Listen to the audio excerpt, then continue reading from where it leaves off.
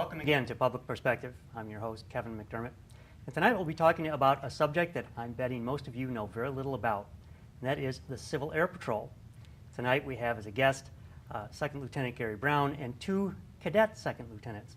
We have Skylar Brooks and Cadet Baig. Ladies and gentlemen, welcome to the show. Thank you so much for being here. Thank you for having us. So, Gary, I'm going to start with you because I need to know a little bit about, I'm one of the people in the audience who doesn't really know much about the Civil Air Patrol. Sure. So I need to know a little bit about it. What is it? Why is it? How did it get here? So I'll start with the history.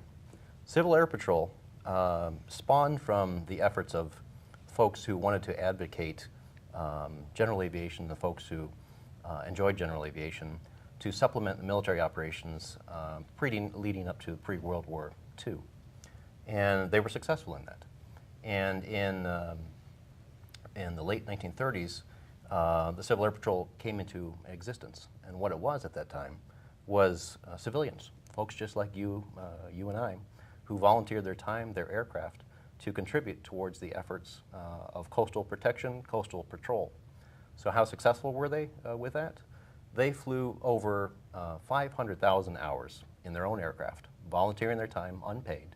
They flew more than 25 million miles. In what period of time was this 500,000 hours? So this was, again, late 30s all the way through the end, of the war. Correct.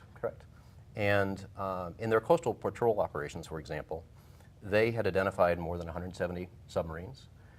They had attacked roughly, just over 70 of those. They had attacked. So the Civil Air Patrol actually had attack aircraft. They were actually armed at that time, which is an amazing piece of history. Again, civilians, just like you and I, going out in defense of their nation when needed.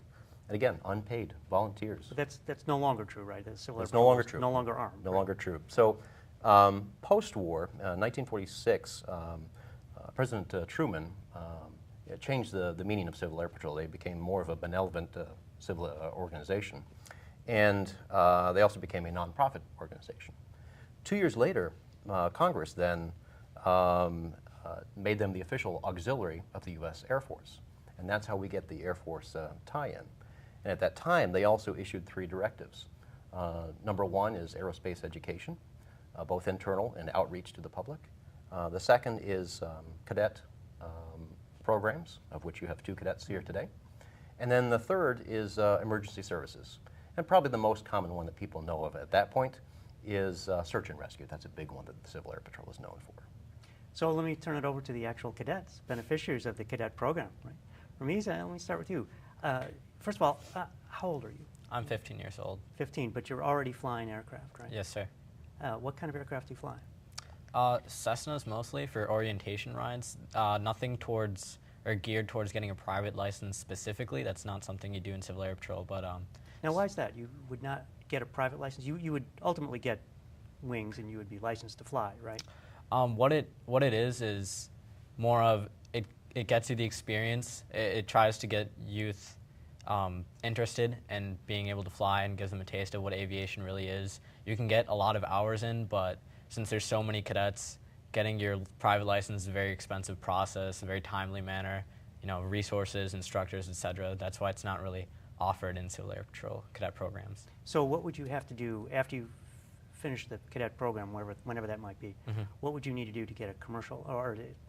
And I know so little about flying, so I'm going to ask some pretty basic questions here. All right. Once you get your wings, you're eligible to fly. What does a commercial or civil, whatever other kind of license you need to get, grant you that you don't get by just getting your wings in the Civil Air Patrol?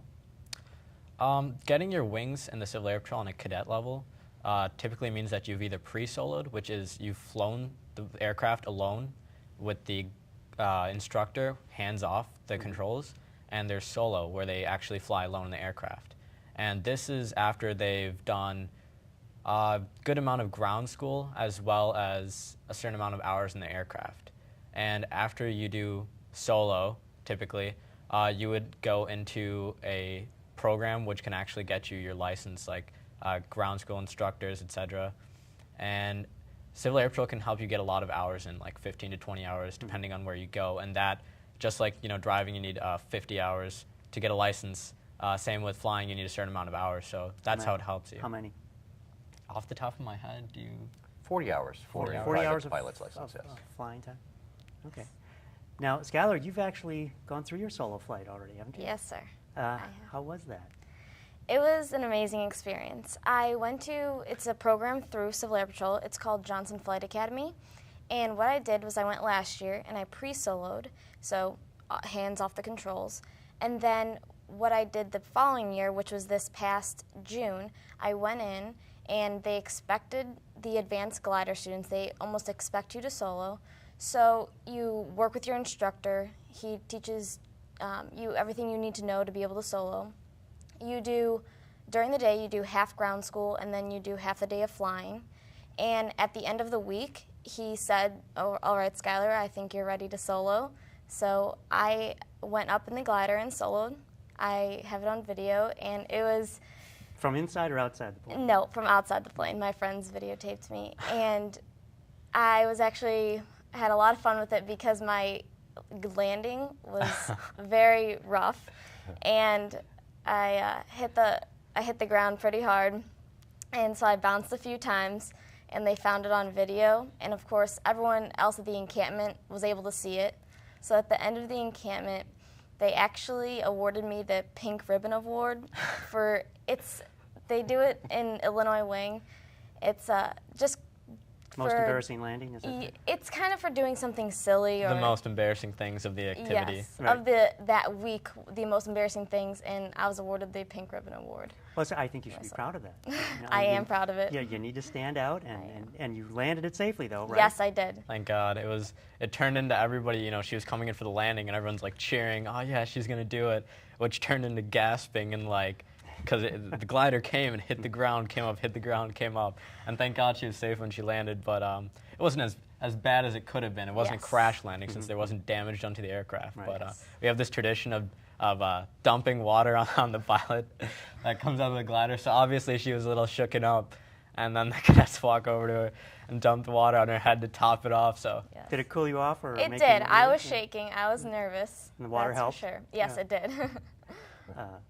Well, quick anecdote. Usually I like to let my guests do all the talking, but I was on a small plane flight many years ago in the South Pacific, flying from one island to the next, and we were caught in a wind shear, and the plane suddenly just dropped out of the sky. Did not hit the ground, but dropped. And I was sitting right behind the pilot and watched as it took everything he had to get this plane back under control. We ended up not landing on that island, going back and we came back the next day. And the next day when I was over at the destination island, someone said, "Boy, did you see that plane that almost crashed yesterday?" Why, yes. I saw that from inside. It was an interesting experience. But, inside the plane, I realized this was rough, but everyone on the ground watching it said, "That's a crash about to happen," right? So I'm wondering, you might have had some of the same reaction while you watched Skylar coming, like, "Oh, what are we watching here?" You can tell when it's going to become a rough landing, mostly because you can tell when they flare above the ground and the speed, and obviously when they're not slowing down. And there's a syndrome for new pilots when they land, they tend to on a glider you fly with a stick. So when you push down to land, most new pilots tend to pull up as soon as they hit the ground, and that's what causes the going up and coming down. So you can actually see it because it's a transparent cockpit, so you can see them pulling and pushing. Pulling back. So what would you do differently, or what did you do differently the next time you landed? Well, what initially happened was there was some issues with the weight and balance in the glider, and I had a little bit, they put an extra weight under me because the weight and balance, they obviously have to consider that. And so once my pilot got out, they had to put extra weight under me to balance out the glider. And what happened is they overcompensated, so my plane was actually a little bit nose heavy. So when I released from the tow plane, I did a 360 to enter my pattern. And what happened was I lost a little bit more altitude than I thought I would in that 360. So I entered my pattern low, so I didn't put any dive brakes on. And so I figured, okay, well, I'll cut the pattern short and have a shortened landing. Well, I ended up cutting it too short, and then on my final leg, I was coming in too high, so I was full dive brakes, and I should have crabbed in, which is trying to lose altitude, but I didn't do that, which was my mistake. And I came in high, so when I flared too high, and then the back of my plane hit the ground, and then I bounced 3 times, I believe Something it was. like that. 3 times, and then I finally got the plane to stop.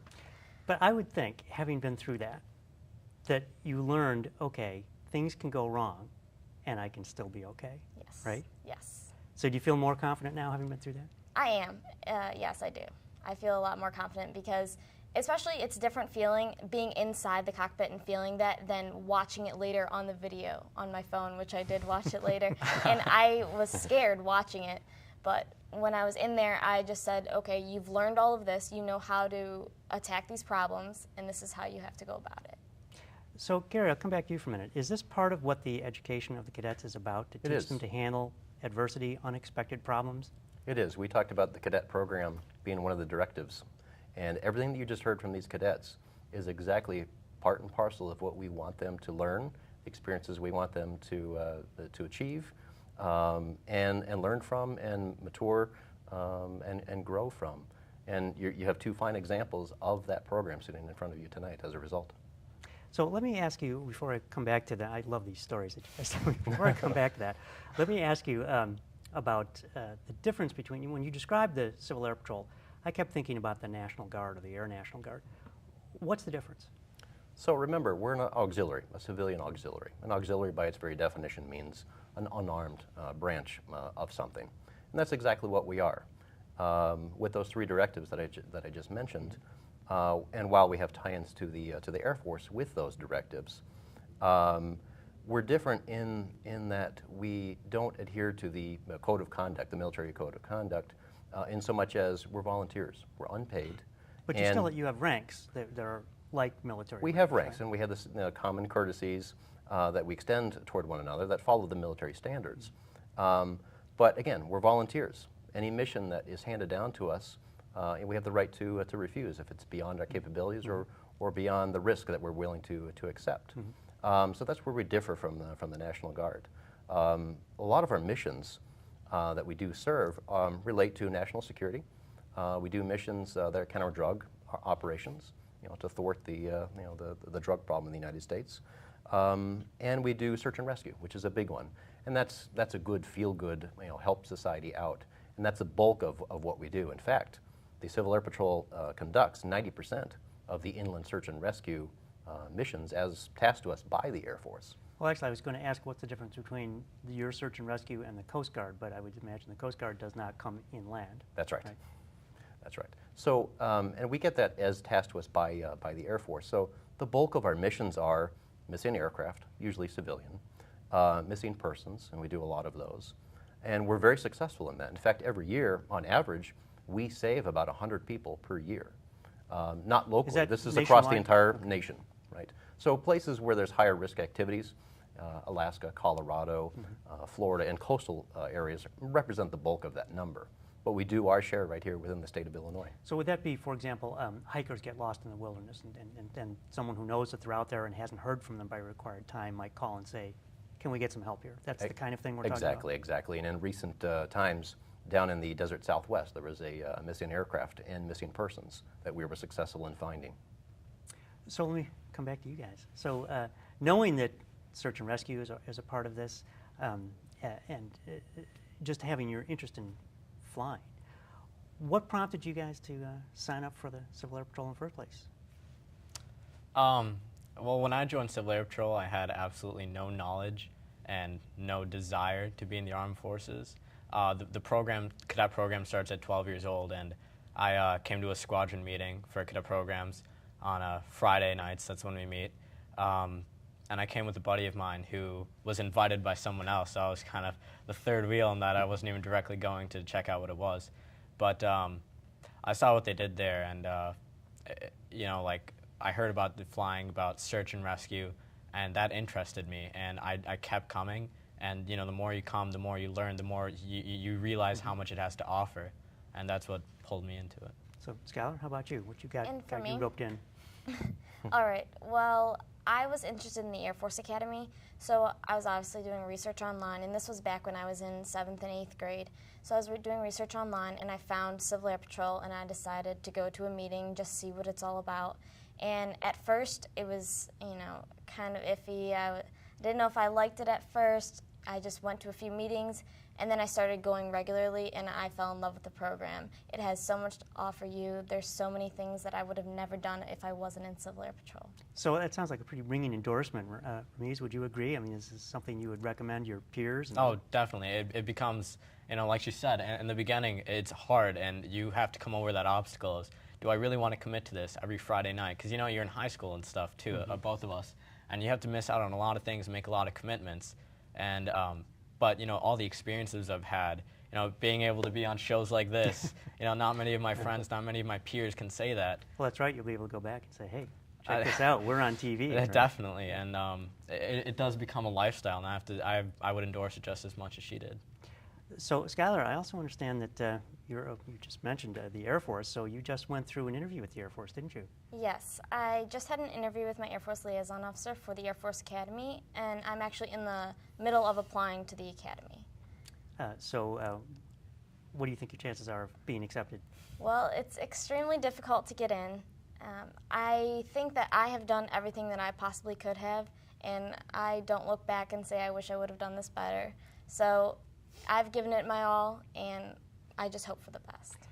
Gary, I'll come back to you on that as well. I mean, hearing a statement like that from someone who's still in high school, to say the kind of self-awareness and confidence to say, look, there are some things that are out of my hands, but I've given it the best shot I've got.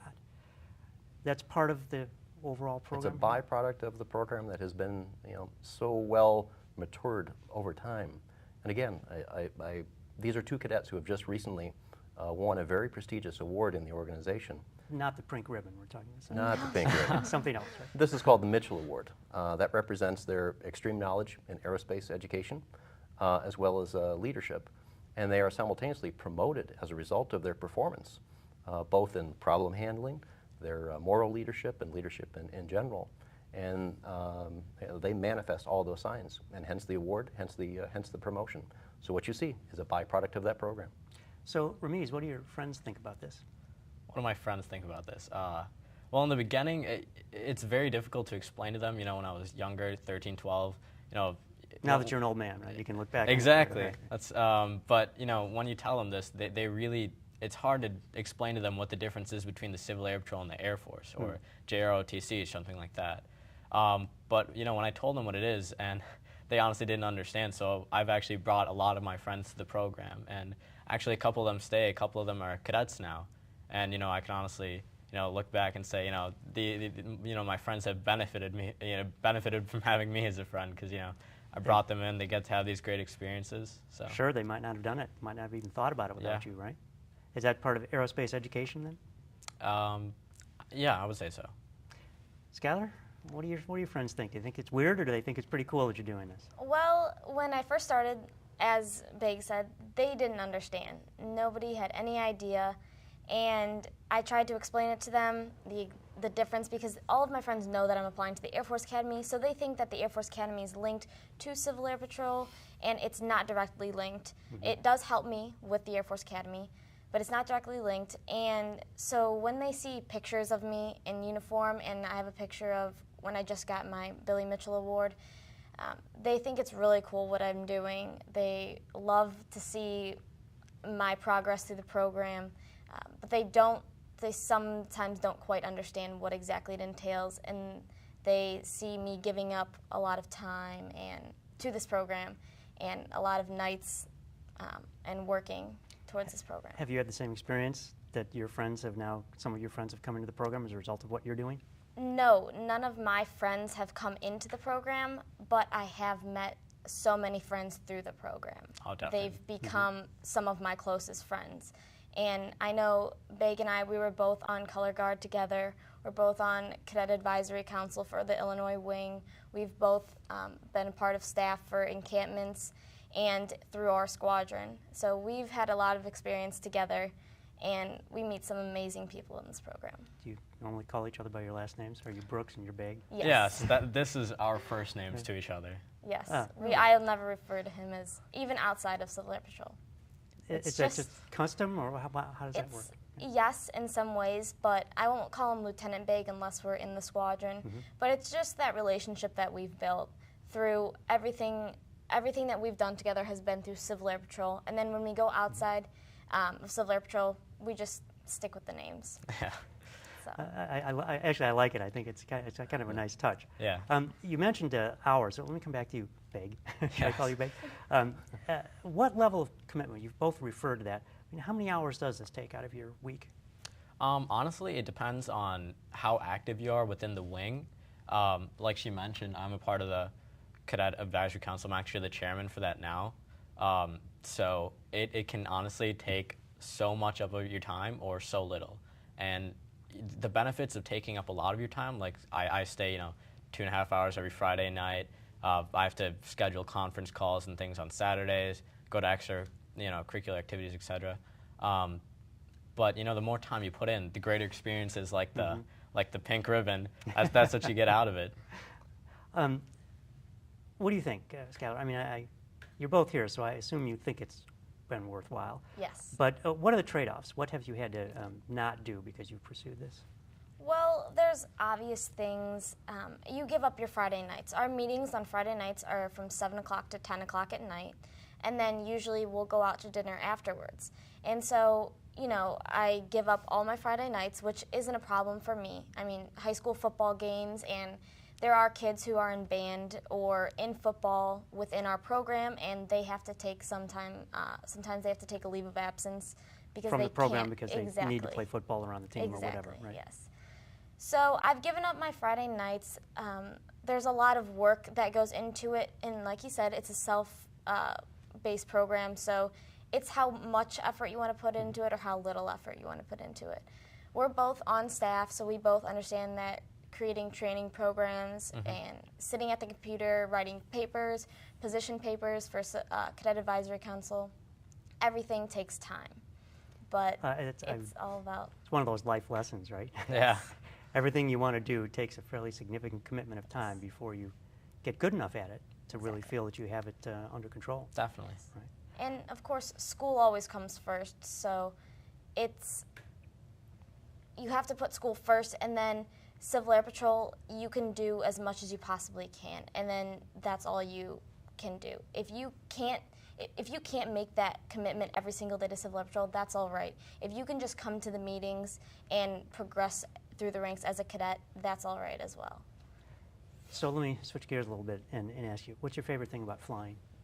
My favorite thing about flying, hard to narrow it down to one thing, but if I had to say, it's just the sensation of being able to fly through the air, do something not everybody is able to do, have that skill set that is very rare among your peers and people you know. Well, rare in the general population. Oh, definitely. Right, not just among your peers, right?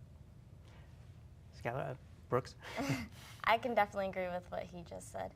I love just the feeling of flying. I love being up in the air, whether it be a big jet flying commercially or whether it just be a Cessna when we fly with him or whether I'm soloing in the glider.